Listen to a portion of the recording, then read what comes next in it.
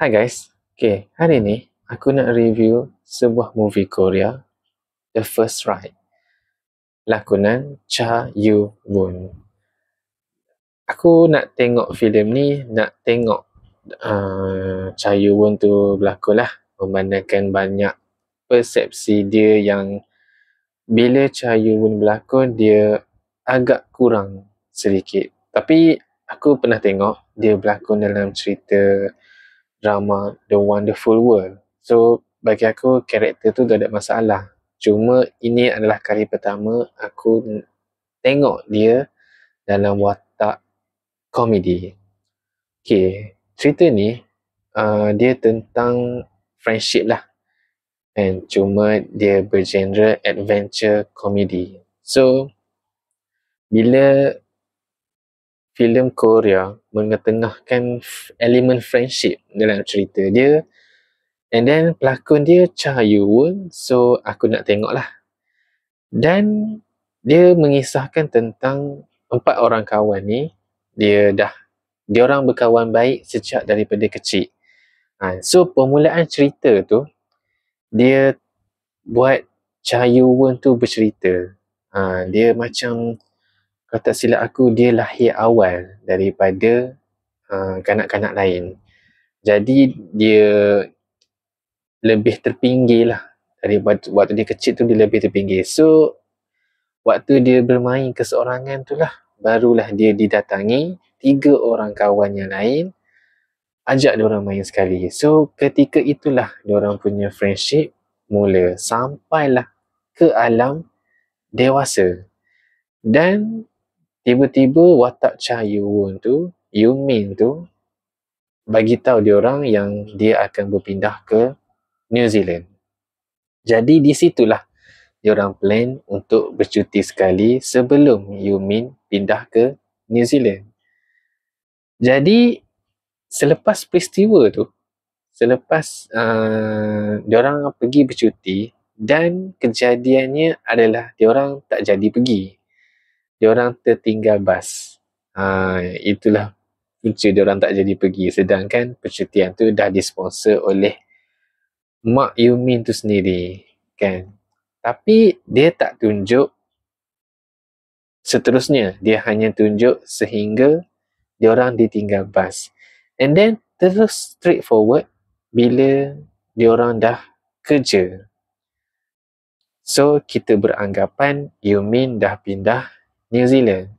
So masa aku tengok tu, masa dia orang berjumpa, dia orang plan nak bercuti lagi. Sebabkan salah seorang tu, dia nak pergi juga Thailand dan nak tengok DJ favourite dia orang tu. Nak untuk kali terakhir lah, memandangkan DJ tu pun akan bersara.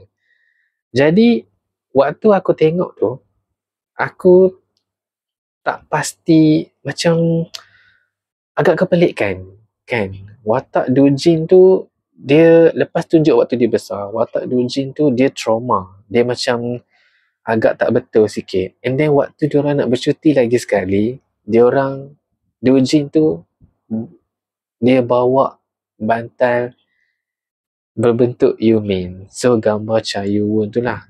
Ketika itu aku tak perasan lagi, kan. Jadi untuk diorang pergi ke Thailand, waktu ketika diorang dah masuk fasa bekerja ni, so macam-macam hal berlaku. So di situ kelakar lah. Situ tu memang diorang buat perangai gila-gila. Perangai gila-gila diorang tu disebabkan Dojin, sebab dia dalam keadaan tak sihat, kan. Tak sihat, dan dia pun sepatutnya kena makan ubat, tapi dia dah pergi bercuti. So aturan makan ubat tu dia dah tak ikut. Jadi ada waktu tintong dia setiap kali dia orang pergi mana-mana. Jadi bila tengok kesungguhan Dojin tu bawa bantal berbentuk Yumin tu, aku di situ dah macam kepelikkan, macam ada sesuatu yang terjadi kepada watak Cha Yu-won tu. Di pertengahan konflik, di situlah baru diorang cerita, kan. And then barulah kita akan faham kenapa Dojin tu bawa bantal Yumin tu ke mana-mana kalau korang tengok movie tu. Kan? Jadi, aku dah tengok review sebelum ni di Facebook mengatakan sebenarnya bantal tu ada plot twist di hujung. Jadi, apa yang plot twistnya? Kenapa Dojin bawa bantal tu ke hulu ke hilir waktu diorang bercuti? Itu korang kena tengok sendirilah. Cuma aku boleh katakan ada part yang aku tak puas hati jugalah. Kan? Disebabkan tidak ada kemunculan pelakon dan aku rasa walaupun ending dia agak sedih, kan? Ending dia sedih bila di pertengahan tu korang akan tahu segalanya. Dia kelakar. Cuma aku nak kata bila tengok movie yang adventure comedy ni, korang tak boleh expect storyline dia yang berat. Memandangkan ini adalah movie, so waktu tu terlalu singkat untuk menjadikan cerita ni lebih berat. Cerita ni aku boleh katakan dia ringan saja. So cerita yang korang tak perlu berfikir panjang. Jadi bila korang tengok movie ni, korang boleh tengok dengan santai sahaja, tapi ada sedih dia.